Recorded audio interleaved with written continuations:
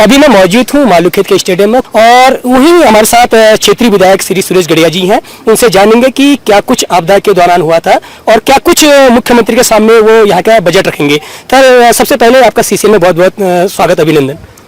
धन्यवाद करता हूँ सीसीएन न्यूज़ चैनल को, क्योंकि जिस तरीके से आपदा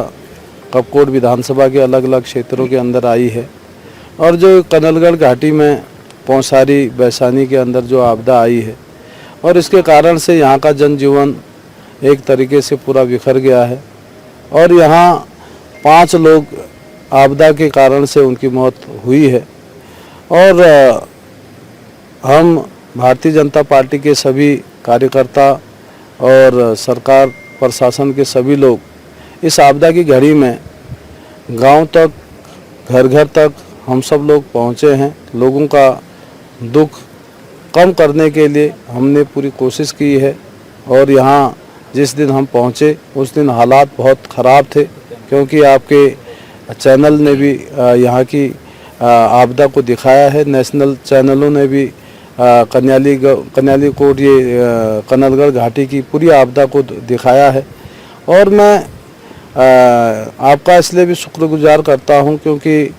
आप सब लोगों के माध्यम से जहाँ कहीं हमारी नज़र नहीं पहुँचती है वहाँ आप लोग पहुँचते हैं और उसके बाद हम उसको ठीक करने के लिए पूरी ताकत के साथ उसको उस दिशा की ओर आगे बढ़ते हैं। और यहाँ जब हम पहले दिन जब घटना घटी थी तो उसके सुबह ही जब मैं यहाँ आता हूँ तो पूरा सड़क, बिजली, नहर, पानी, खेत खलियान, लोग बिल्कुल त्राहिमाम ऐसी स्थिति बनी थी कि चारों ओर से आवाज़ ही आवाज़ आ रही थी। तो इसलिए जब हम यहाँ पहुँचे हमने कोशिश किया कि हम जीरो ग्राउंड तक पहुँच सके, लेकिन वो बहुत ही चुनौतीपूर्ण वो क्षेत्र है, क्योंकि जो साईखेत जो जगह है वो गांव से भी 3-4 किलोमीटर दूर है और जो परिवार वहाँ पर रह रहे हैं साईजर में, तो वहाँ पर बहुत बड़ी घटना उस रात को वहाँ पर हुई है और उसके कारण से वहाँ का जो अस्तित्व था वो एक तरीके से समाप्त हो गया है। तो इसलिए बड़े मुश्किल से जब मैं जीरो ग्राउंड में पहुँचने वाला पहला व्यक्ति हूँ और मैंने जो नज़ारा वहाँ पर देखा तो वहाँ पर एक उनका पालतू जो कुत्ता था एक वही नज़र आ रहा था और बाद में गांव के लोग भी वहाँ पहुँचे हैं और हम सब लोगों ने एसडीआरएफ के माध्यम से और एनडीआरएफ और फायर के लोग और पुलिस के लोग और गांव के बहुत सारे ग्रामीण, जिला अधिकारी बागेश्वर और पुलिस अधीक्षक बागेश्वर भी मौके तक पहुंच गए थे और बहुत दुखदाई घटना इस क्षेत्र के अंदर घटी है। विधायक जी, हम पूछना चाहेंगे कि जो अभी 5 लोग थे, 5 लोगों में से 3 लोगों की शिनाख्त हो चुकी है, 2 लोगों की अभी खोजबीन यहाँ पर चल रही है, तो क्या जो 2 लोगों की खोजबीन अभी क्या चल रहा है या आने वाले समय में यदि उनका कोई पता नहीं लगता है तो किस तरह से उनके परिजनों को राहत जो मिलेगी, आर्थिक सहायता मिलती है, तो किस तरह से आप उनकी कोशिश करेंगे? अभी जो 5 लोग दबे थे उसमें से 3 लोगों को रेस्क्यू किया गया है। वहाँ से उनकी बॉडी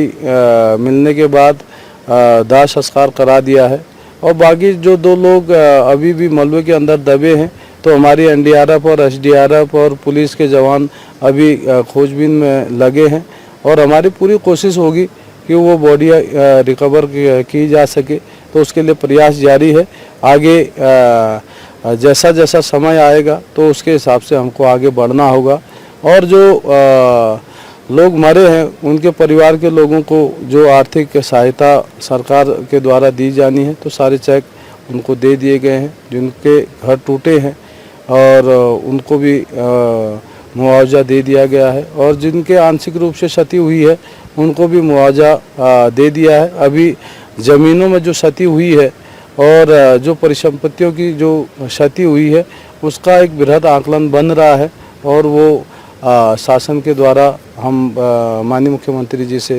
निवेदन करेंगे कि जितना भी नुकसान कपकोट विधानसभा के अंदर हुआ है तो एक राहत पैकेज के रूप में जो है वो हमारे कपकोट विधानसभा के सुदूरवर्ती गांव में रहने वाली हमारी माताएं बहनें, हमारे बुजुर्ग हैं, छोटे छोटे बच्चे हैं और सभी लोग बड़े आशा और उम्मीद के साथ आज टकटकी लगाए बैठे हैं क्योंकि आज बैशानी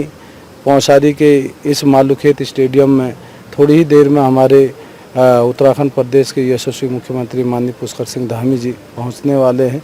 और हमारे भारतीय जनता पार्टी की जिला अध्यक्षा प्रभा गढ़िया जी भी यहाँ उपस्थित हैं। हमारी नगर पंचायत कपकोट की अध्यक्षा गीता एठानी जी भी हैं। हमारी पूर्व अध्यक्ष जिला पंचायत की दीपा आर्या जी हमारे बीच में हैं। हमारे ज़िले के महामंत्री भाई संजय परिहार जी हैं। हमारे बीच में राजू दानू जी, यहाँ के पूर्व प्रधान गिरीश भाई,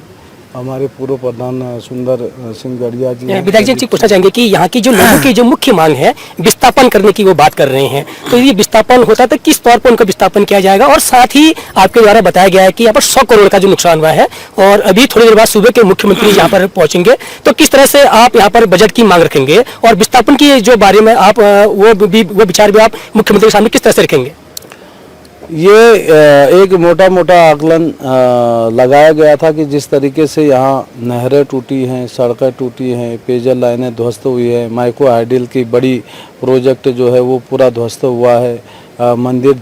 टूटे हैं, 1.5 दर्जन से भी ज़्यादा पुलें यहाँ बही हैं और स्कूल है, पंचायत घर है और लोगों के आवास हैं और एक तरीके से इस वैली के अंदर बहुत सारा नुकसान हुआ है और उस नुकसान को रोकने के लिए मैं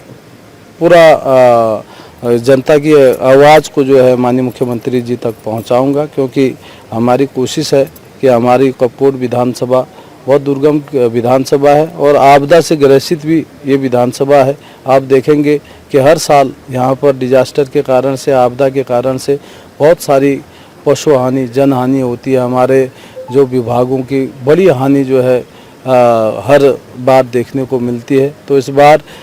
5 महीने से लगातार बारिश इस क्षेत्र के अंदर हो रही है और पूरा उत्तराखंड के अंदर सबसे ज़्यादा बारिश का रिकॉर्ड भी जो है बागेश्वर जनपद कपकोट विधानसभा के अंदर देखा गया है। तो इसलिए आप अनुमान लगा सकते हैं कि इतनी भारी भीषण बारिश में और हम लोगों का जो जीवन अस्त व्यस्त हुआ है उसमें माननीय मुख्यमंत्री जी ज़रूर हमारा सहयोग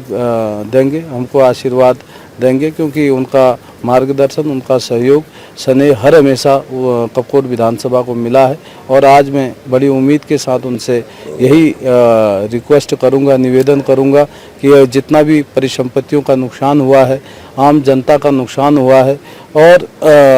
जितना भी पशु हानि हुई है तो इसको ठीक करने में वो हमको एक विशेष पैकेज जरूर इस क्षेत्र को पुनः ठीक करने के लिए जरूर देंगे, ऐसे मेरी उम्मीद।